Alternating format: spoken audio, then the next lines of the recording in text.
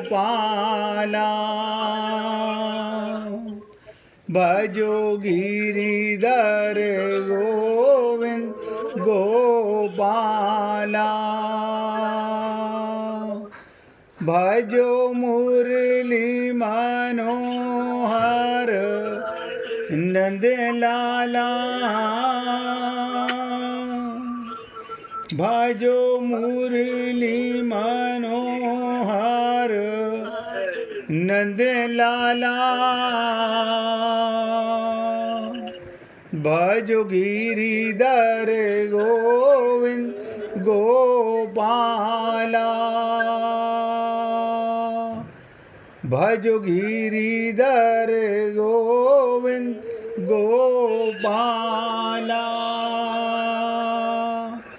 भजो मुरली मनोहर नंद लाला भजो मुरली मनोहर नंद लाला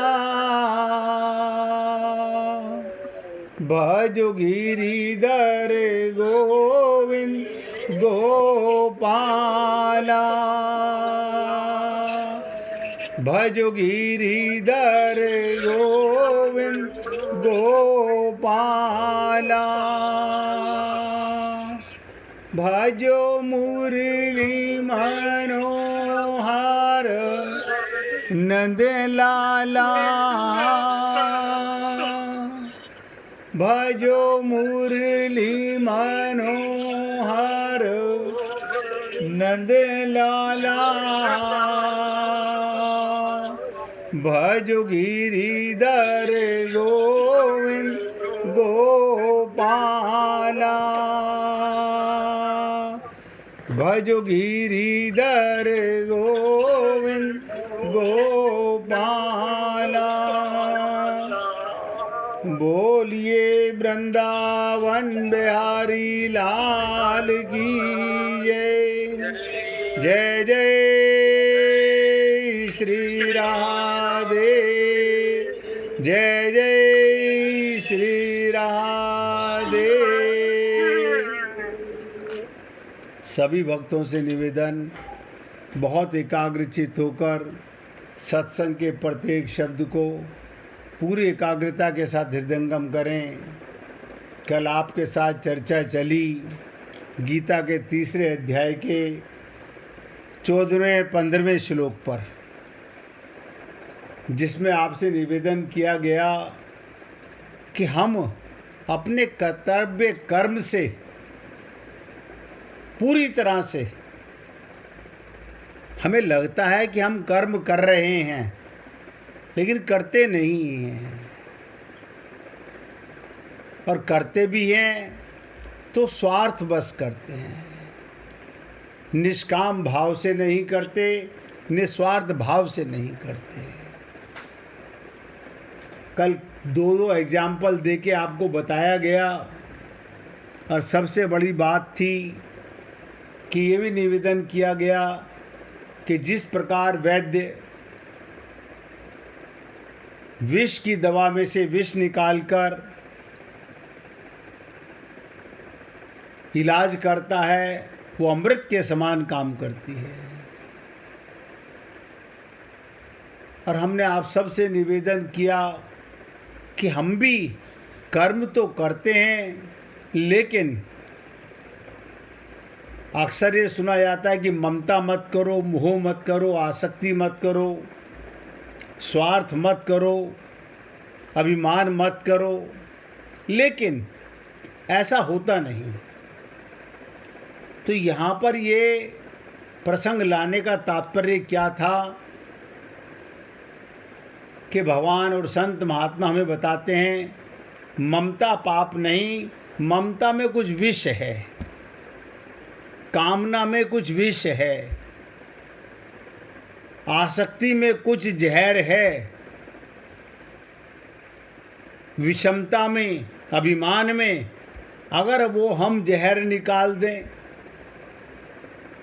तो ममता, कामना, आसक्ति, पक्षपात, अभिमान, स्वार्थ परमार्थ हो जाए, निष्काम हो जाए।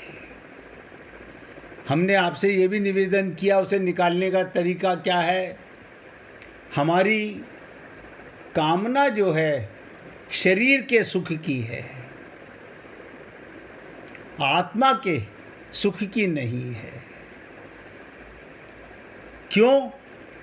क्योंकि हमारा ये ज्ञान जन्म जन्मांतरों से चला आ रहा है, हम शरीर हैं। बहुत प्रकार से आपसे निवेदन किया गया, हम देह नहीं हैं, देह अपने को मान रखा है, यही हमारी सबसे बड़ी भूल है।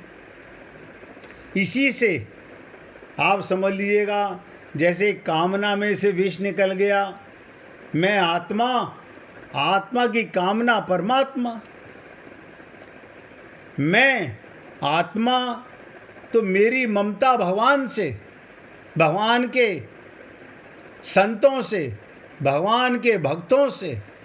और अगर मैं अपने को शरीर मानता हूँ, स्त्री पुरुष मानता हूँ, जैसा कि 99% लोग हम मानते हैं, और हमारी ममता शरीर के संबंध से होती है, यही आसक्ति है, यही पक्षपात है, यही विषमता है, और यही अभिमान, और यही अहंकार है। शब्दों को तरोड़ो मरोड़ो नहीं, कोई ऐसा जीव नहीं जो कामना छोड़ दे, लेकिन कामना का भाव बदल सकता है। मैं शरीर हूं तो संसार की कामना करूंगा, मैं आत्मा हूं तो परमात्मा की कामना करूंगा। ये कल आपके साथ निवेदन किया गया, ये विष है। फिर हमने आपसे चर्चा की कि वेद भगवान की वाणी है, अपौरुष हैं, उन्हें किसी ने बनाया नहीं, वो भगवान के श्वास हैं। और ब्रह्मा जी ने 3 प्रकार की मनुष्यों की सृष्टि की, जो पशु पक्षी इत्यादि हैं, उनको बुद्धि नहीं, ज्ञान नहीं, विवेक नहीं है। देवताओं के लिए एक ही बात कही थी, वेद का दा कह करके, लेकिन हमने अपनी बुद्धि से, देवताओं ने उसका अर्थ दमन लिया, मनुष्यों ने उसका अर्थ दान लिया, और राक्षसों ने उसका अर्थ दया लिया। तो वेद में कुछ गलत नहीं लिखा हुआ, लेकिन जब हम पढ़ते हैं, समझते हैं, गुरु बताता है कुछ और, हमारी माइक बुद्धि, बिगड़ी हुई बुद्धि, मनुष्य की बुद्धि, सांसारिक बुद्धि उसका अर्थ कुछ और लेती है, और हम प्रसन्न हो जाते हैं, हाँ हमें पता चल गया, अब हम जान गए। ऐसा करते करते अनंत जन्म हो गए हमारे। ये कोई पहला जन्म नहीं है, अनंत जन्मों से आप और हम लोग इसी प्रकार मायावध, बताइए, परमात्मा की गोदी में और भगवान की नौकरानी के अंडर में। ताज्जुब होता है, भगवान की नौकरानी भगवान के अंडर में, और हम भगवान की नौकरानी माया के अंडर में। क्या कारण? हमें हमारा परिचय नहीं पता। अब किसी से भी पूछो तो न जाने क्या क्या बातें करते हैं। तो यहाँ तक की चर्चा 14वें और 15वें श्लोक की कल चली थी। उसके बाद की चर्चा हमने कहा था कल करेंगे, और यहाँ तक आपको 2-2 एग्जाम्पल दे करके बताए गए कि हम लोगों ने अपनी बुद्धि से जो अर्थ निकाला वो मान लिया, बस। ना किसी गुरु की मानी, ना भगवान की मानी। फिर यहाँ पर आता है कि भगवान सगुण निराकार परमात्मा सर्वगत सर्वव्यापी परमात्मा। अब बताइए सर्वव्यापी का मतलब क्या? जो सब जगह है, सब में व्याप्त है। ऐसी कोई चीज नहीं जिसमें भगवान व्याप्त नहीं है। आप कहेंगे ये बड़ी ताज्जुब की बात है, कूड़े में भगवान है। हाँ, कूड़े में भगवान है। फल में भगवान है। हाँ, फल में भगवान है। मच्छर में हाँ भगवान है। देवता में हाँ भगवान है। सर्वव्यापी एक शब्द से अंदाजा लगा लीजिए, बुद्धि मत लगाइए इसमें भगवान है और इसमें भगवान नहीं है। और देखिए सर्वव्यापी होने पर भी परमात्मा विशेष रूप से कर्तव्य कर्म करता है, यज्ञ करता है। बताइए भगवान को कोई आवश्यकता नहीं, कुछ पाना नहीं, लेकिन वो भी मनुष्य शरीर की योनि में आकर के कर्म करता है।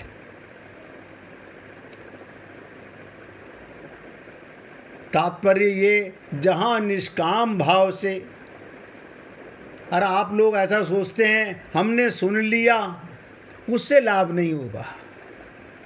लाभ होगा जीवन में उतारने से।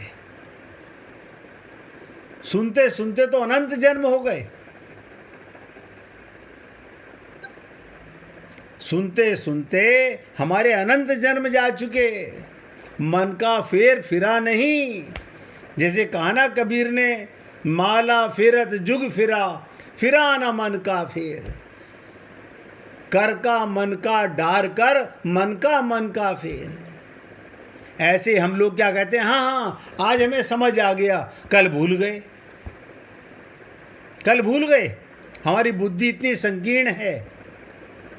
अब आप सोचिएगा, भगवान भी कर्म करते हैं, लेकिन भगवान जो कर्म करते हैं वहां हम लोग जा नहीं पाते। अब थोड़ी सी बुद्धि लगाइए, महापुरुषों की बातें और भगवान की बातों को पूछो मत। भागवत में लिखा है कि भगवान श्री कृष्ण के 16,108 ब्याह हुए और एक एक स्त्री के 10-10 बच्चे हुए, और 100 वर्ष के बाद उनको वैराग्य हो गया। किसी में राग नहीं।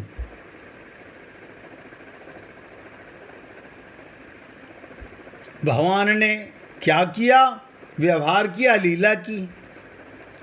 रामायण तो आप सब लोगों ने खूब पढ़ा होगा, समझा होगा। राम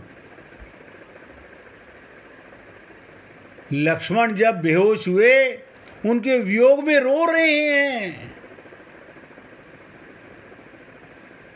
आप कहेंगे हम भी ऐसे ही रोते हैं। क्या आपका रोना और भगवान का रोना बराबर है? सोचिए, सीता के वियोग में तो उन्होंने ऐसा बुरा हाल एक्टिंग करके दिखाया, लेकिन हम लोग एक्टिंग नहीं करते। यानी भगवान गलत करते हैं, हम सही करते हैं। भगवान एक्टिंग करते हैं। मैंने कृष्ण अवतार में बताई, राम अवतार में बताई। केवल एक्टिंग करते हैं भगवान और महापुरुष। आप सोचिएगा, ये दोनों ही संत महात्मा भी और भगवान भी, अगर कोई पूछा जाए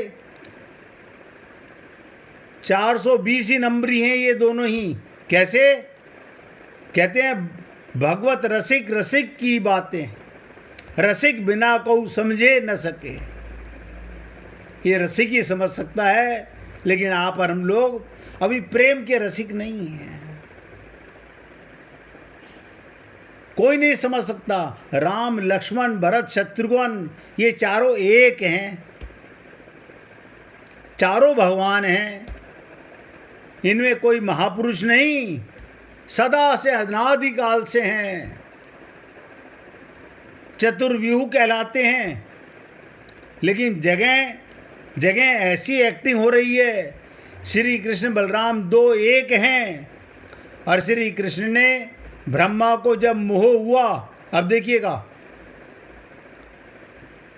ब्रह्मा को जब मोह हुआ, सब गाय बछड़े ग्वाल वाल हर लिए योग माया से, और भगवान ने नया बना दिया। साल भर ये खेल चलता रहा भगवान का, बलराम तक को नहीं पता चला। तो बलराम ने भी देखा ये बड़ी अजीब बातें हैं, ये ग्वाल वाल आजकल ऐसा ऐसा ऐसा प्यार अपनी माँ से, भाई से, बहन से, बछड़े अपनी गैया मैया से कर रहे हैं, क्या सब भगवान बने हुए हैं। अब हम क्या सोचते हैं, काश हमारे घर के बच्चे भी भगवान बन जाएं। अरे यही हमारी अज्ञानता है, भगवान ही हमारे बच्चे बने हुए हैं, हम भी भगवान ही, हमारा भी जो स्वरूप है भगवान का ही स्वरूप है। लेकिन खोपड़ी में ये बातें नहीं आती, माइक बुद्धि समझ ही नहीं पाती। अभी मैंने कहा ना कि ये बातें इतनी आसानी से समझ नहीं आती। ये तो रसिक रसिक की बातें समझ सकता है।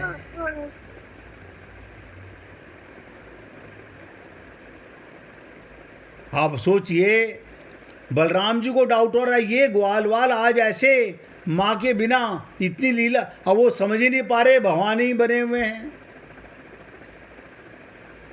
भगवान से पूछा, तब भगवान ने कहा हाँ मैं ही बना हुआ हूँ, सब गाय ग्वाल बछड़े सब मैं ही बना हूँ। एक्टिंग करते हैं सब इसी प्रकार। अब आप बताइए, हनुमान जी राम को नहीं पहचान रहे हैं, जो हृदय फाड़कर सीता राम को दिखा सकते हैं, जिनके रोम रोम में सदा से राम निकलता है, वो अपने इष्ट देव ही को नहीं पहचान रहे, एक्टिंग कर रहे हैं। और पूछ रहे हैं कि तुम तीन देव में है कोई, तुम तीनों में कौन हो।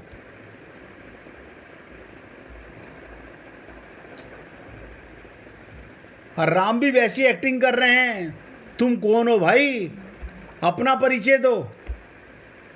तो इसी प्रकार मैंने आपको कहा, संत महात्मा भी व्यवहार करते हैं और भगवान भी व्यवहार करते हैं, लेकिन हम समझ नहीं पाते।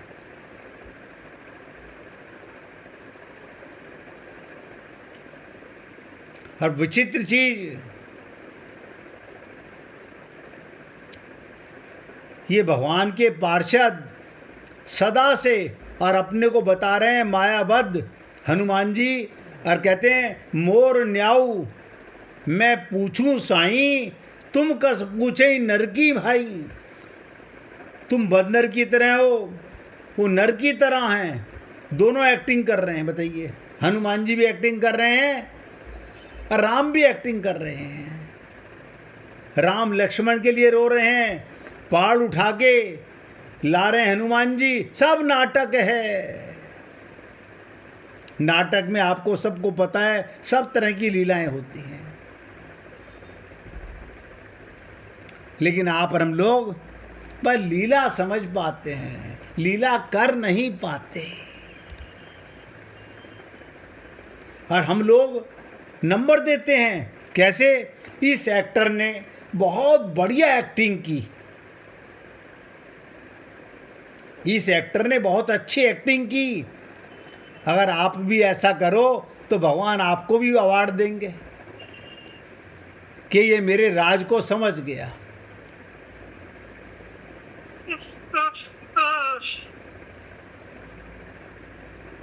विजय भाई क्या हुआ? अरे सॉरी सर, स्पीकर बंद करना रह गया सर। कोई बात नहीं, कोई बात नहीं भाई, मैंने कहा कोई तकलीफ तो नहीं हो गई। अब ध्यान से सुनिएगा, जब सर्वव्यापी परमात्मा भी कर्म करता है, मनुष्य शरीर में आकर जहाँ निष्काम भाव से आप हम लोग अपने ऊपर लेके देखें, निष्काम भाव से कर्तव्य कर्म का पालन किया जाता है, वहाँ परमात्मा रहते हैं। नोट कर लो। जहाँ निष्काम भाव नहीं है वहाँ आप माया रहती है, शरीर रहता है, और उसका हम लोग अनंत जन्मों से फल भोग रहे हैं। अरे विचित्रता देखो, हमें संत महात्मा कहते हैं आनंद मंद सिंधु तब बासा। हम कहाँ रहते हैं? भगवान की गोदी में, यानी आनंद की गोदी में, और हम दुखी, टेंशन में, परेशान, भययुक्त। क्यों? हमें विश्वास नहीं होता। क्यों विश्वास नहीं होता? मैं अभी विश्वास करा देता हूं 1 मिनट में।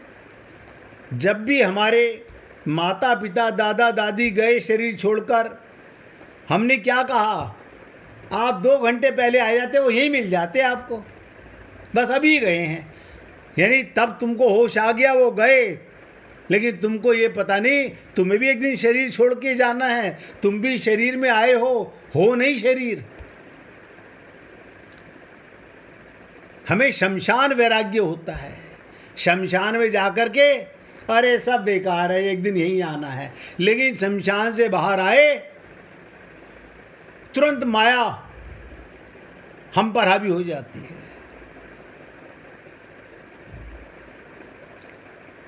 जानना और मानना और जीवन में उतारना, ध्यान दीजिएगा। मैं कई बार सोचता हूँ कि डॉक्टर ने दवाई बताई, सुबह इतनी, दोपहर इतनी, शाम इतनी, हम पूरी ताकत लगा करके एक गोली की 4 गोलियां एक साथ नहीं खाते। मुझे 4 दिन के लिए बाहर जाना है, 4 दिन की गोलियां एक दिन खा लूं? काम करेंगी? शरीर में तो हैं ना, हमारा दिमाग खराब है। लेकिन आत्मा के लिए ऐसा भाव नहीं रखते। शरीर की कितनी चिंता, मरने वाले की, जो 100% मरेगा, जो हर सेकंड मर रहा है, उसे हम बचाने में लगे हुए हैं। और सुनते क्या है? हे अजन्मा अमर आत्मा, क्यों परेशान हो रहे हो? ज्ञान से मन को संभालो, लक्ष्य को क्यों खो रहे हो? अतः परमात्मा प्राप्ति चाहने वाले, ध्यान दीजिएगा, निचोड़ बताने जा रहा हूं। परमात्मा प्राप्ति यानी परमात्मा में मिला हुआ है, उस प्राप्ति को चाहने वाले मनुष्य अपने कर्तव्य कर्मों के द्वारा उन्हें सुगमता से प्राप्त कर लेते हैं।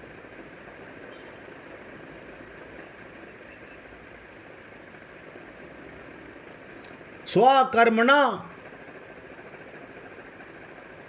आपके कर्म ही सिद्धिम विदंती,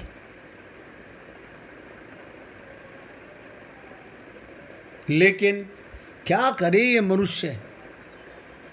अनंत जन्म गुजर गए, अभी भी रोज सुनते हैं, हाँ सुनते हैं, समझ आता है, हाँ समझ आता है, नहीं समझ आता हम पूछ लेते हैं, लेकिन कितने % मानते हैं? देखिए यहीं पे अंदाजा लगा लीजिए, डॉक्टर की बात को कितना % मानते हो? पूरा परहेज। हम किसी से पूछे आप बीमार हो, परहेज करो, अरे बाबा हमें इतने दिन हो गया तला खाए हुए, इतने दिन हो गया मीठा खाए हुए, हम पार्टी में जाते हैं कहीं कुछ खाते नहीं। मैं सोचता हूँ देखो कितने हम समझदार लोग हैं, लेकिन यहाँ आकर के मूर्ख कैसे बन जाते हैं? यहाँ परहेज क्यों नहीं? अपने को शरीर क्यों मानते हैं? आत्मा क्यों नहीं मानते? अब यहाँ पर एक शंका, ध्यान से सुनिएगा। संत महात्मा भी कैसी कैसी एक डाउट आता है मन में। परमात्मा जब सर्वव्यापी है,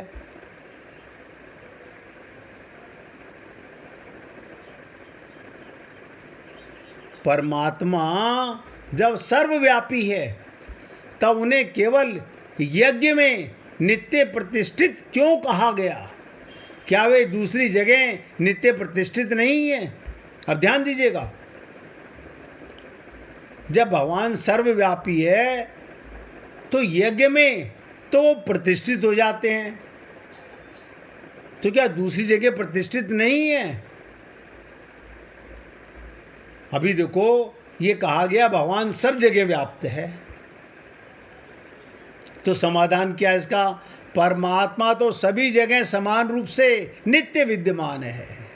अभी मैंने कहा कूड़े में, मल में, मच्छर में, हाथी में, ब्रह्मा में, आप में, मुझ में, सब में भगवान व्याप्त है।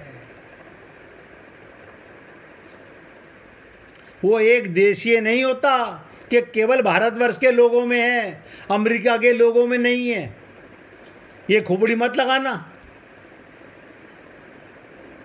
समान रूप से व्याप्त है और नित्य विद्यमान है, इसलिए उन्हें यहां सर्वगत कहा गया। यज्ञ क्या है?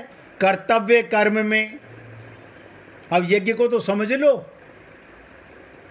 आपको पता चले आपका प्रत्येक कर्म यज्ञ होना चाहिए। भगवान के निमित्त किया हुआ कर्म यज्ञ है, और संसार का सुख पाने के लिए किया गया यज्ञ हवन भी पाप है। अब लगाओ बुद्धि, हम क्या करते हैं?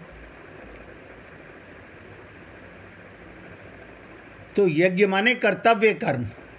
अब यज्ञ को मन में कभी डाउट मत लाना, कर्तव्य कर्म में नित्य प्रतिष्ठित कहने का तात्पर्य यज्ञ उनकी उपलब्धि का स्थान है। आपने कर्तव्य कर्म किया, भगवत प्राप्ति हो गई, वो कुछ करने की जरूरत ही नहीं। अर्जुन कर्तव्य से फिसल रहा है, भगवान को बोल रहा है आप मुझे ऐसे कर्म में क्यों लगा रहे हो? यानी कर्म तो करना चाहता है, लेकिन अपने मन के अनुसार। ये तो मेरे रिश्तेदार हैं, ये तो मेरे सगे संबंधी हैं, ये तो मेरे गुरुजी हैं, ये तो मेरे भीष्म पितामह दादाजी हैं। यानी भगवान गलत काम करा रहे हैं और अर्जुन सही काम कर रहा है।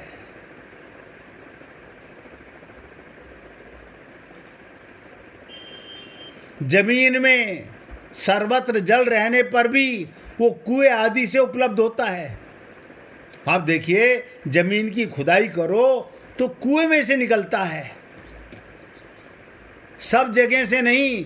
पाइप में सदा जल रहता है। जैसे ही आप टोंटी खोलते हो, पानी बाहर आ जाता है।